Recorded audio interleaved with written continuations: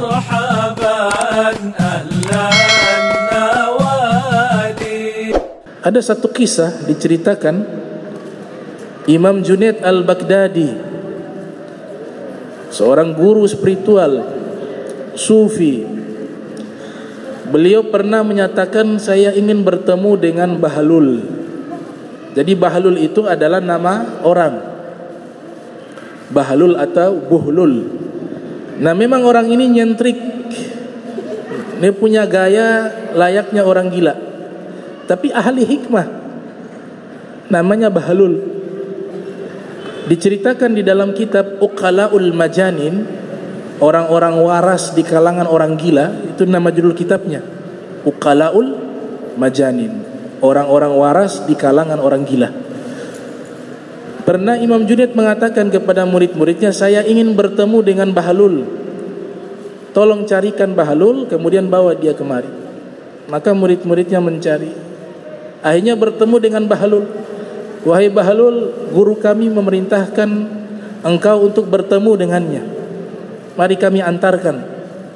Maka Bahlul mengatakan, katakan kepada guru kalian, dia yang harus datang ke sini, kan yang butuh dia, kenapa saya yang datang ke sana? Sampaikan. Maka murid-murid kembali menemui sang guru, mereka menyampaikan, wahai guru, ini Bahlul mengatakan yang harus datang itu engkau datang menemuinya, bukan dia datang menemui engkau, karena yang butuh, yang minta kan engkau. Kata Imam Junaid, benar apa yang dikatakan oleh Bahlul, saya yang akan datang menemuinya. Singkat daripada cerita, Imam Junaid akhirnya bertemu dengan Bahlul. Bahlul bertanya, man anta, kamu siapa? Dia katakan, saya Junaid Abul Qasim al-Baghdadi. Oh, kamu yang terkenal sebagai mursyid yang sering mendidik manusia, memberikan nasihat kepada manusia. Kata Imam Junaid, benar, itu saya. Kamu tahu tidak adab makan? Kata Bahlul. Imam Junaid mengatakan, saya tahu adab makan. Ya, sebelum makan tangan bersihkan dulu, kemudian baca doa menggunakan tangan kanan. Kata Bahlul, kamu tidak tahu adab makan, lantas kenapa kau berani mengajar manusia? Pergilah Bahlul. Imam Junaid mengejar lagi kepada Bahlul, bertanya, wahai Bahlul, saya ada hajat kepadamu. Kata Bahlul, kamu orang yang tadi yang tidak tahu adab makan? Iya, benar, itu saya. Sekarang kau tahu tidak adab berbicara? Maka Imam Junaid mengatakan, saya tahu adab berbicara. Ucapkan salam terlebih dahulu, kemudian berbicara. Oh, kamu tidak tahu adab berbicara. Pergi lagi Bahlul, dikejar lagi oleh Imam Junaid. Kemudian Imam Junaid mengatakan, wahai Bahlul, saya ada hajat, ada butuh kepadamu, dan saya ingin tahu ilmu yang akan kau sampaikan tentang adab makan dan adab berbicara. Kata Bahlul, kau tahu tidak adab tidur? Imam Junaid mengatakan, saya tahu adab tidur. Sebelum tidur kita berwudu, kemudian ketika mau tidur membaca doa, dan tidur dalam posisi tidur samping bagian kanan. Kata Bahlul, kamu tidak tahu adab tidur, lantas kenapa kau mendidik manusia? Kalau adab makan, adab berbicara, adab tidur kau tidak tahu. Maka Imam Junaid menyatakan, kalau begitu tolong sampaikan kepadaku adab daripada adab makan, adab berbicara, adab tidur. Saya tidak tahu. Kata Bahlul, karena engkau mengatakan tidak tahu, maka saya akan kasih tahu. Tadi di awal engkau mengatakan engkau tahu. Saya tanya, tahu tidak adab makan? Engkau mengatakan tahu. Tahu tidak adab berbicara? Engkau mengatakan tahu. Tahu tidak adab tidur? Engkau mengatakan tahu. Karena engkau mengatakan tahu, maka saya tidak beritahu. Tapi sekarang engkau menyatakan tidak tahu, maka saya akan beritahukan. Adab ini Bahlul memberikan nasihat kepada Imam Junaid. Adab makan yang kau jelaskan tadi itu masalah kulinya, far'un, cabang-cabangnya.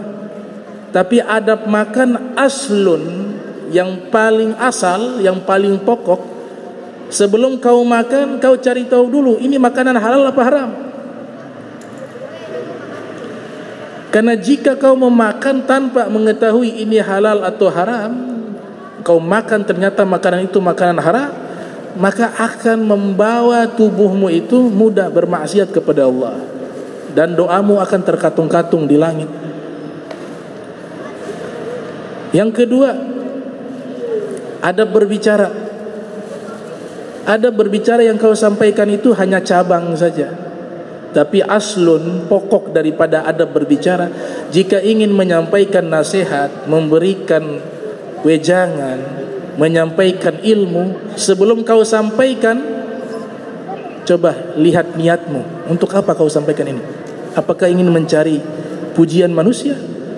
Apakah ingin dibilang hebat di dalam berbicara? Perbaiki niat dulu. Jika niatmu semuanya itu semata-mata untuk mencari ridhonya Allah, maka engkau berbicara. Itulah adab berbicara. Yang ketiga, adab tidur. Yang kau jelaskan tadi hanya far'un, hanya cabang saja. Tapi aslun, pokok daripada adab tidur, sebelum engkau tidur, engkau periksa hatimu terlebih dahulu. Apakah tadi ada iri hati sama orang? Hilangkan. Apakah di hari ini engkau ada dendam sama orang? Hilangkan. Apakah di hari ini engkau ada sombong? Hilangkan. Apakah di hari ini ada iri hati, hasad? Hilangkan. Hilangkan dulu semua penyakit hatimu yang terjadi dan terlintas di hatimu di hari tersebut sebelum engkau tidur. Kalau sudah bersih, baru tidur. Itulah adab-adab daripada adab makan, adab berbicara, dan adab tidur. Maka dimasukkan bahlul sebagai tabaqatu syuyukh. Dimasukkan di dalam kitab para guru Imam Junaid. Di antaranya guru Imam Junaid, di situ termaktub namanya bahlul. Padahal bahlul dikenal sebagai orang gila, majnun. Nah, mereka gilanya itu, bagi mereka kita melihat dia adalah orang gila. Tapi kalau bagi mereka melihat kita ini yang orang gila. Ada pepatah mengatakan, man arafa nafsah kana dhalilan indan nas, wa man arafa rabbah kana majnunan indan nas. Orang yang sudah mengenal dirinya, dia tahu dirinya pasti banyak aib, banyak kekurangan, maka akan gugur sifat-sifat sombong, dan di tengah-tengah manusia dia merasa paling hina. Nah, orang yang sudah mengenal Allah dengan sebenar-benarnya, maka dia akan menjadi orang gila di kalangan manusia. Nah, ini contohnya seperti bahlul. Contohnya seperti Uwais Al-Qarani yang hidup di zaman baginda Rasul. Nabi katakan sayyidut tabi'in rajulun yuqalu lahu Uwais Al-Qarani, pemimpin para tabi'in, seorang laki-laki bernama Uwais Al-Qarani. Ya, mereka karakternya seperti itu. Man arafa nafsah arafa rabbah. Siapa yang mengenal hakikat jati dirinya, maka dia akan mengenal Allah Subhanahu wa ta'ala. Imam Junaid berguru kepada bahlul.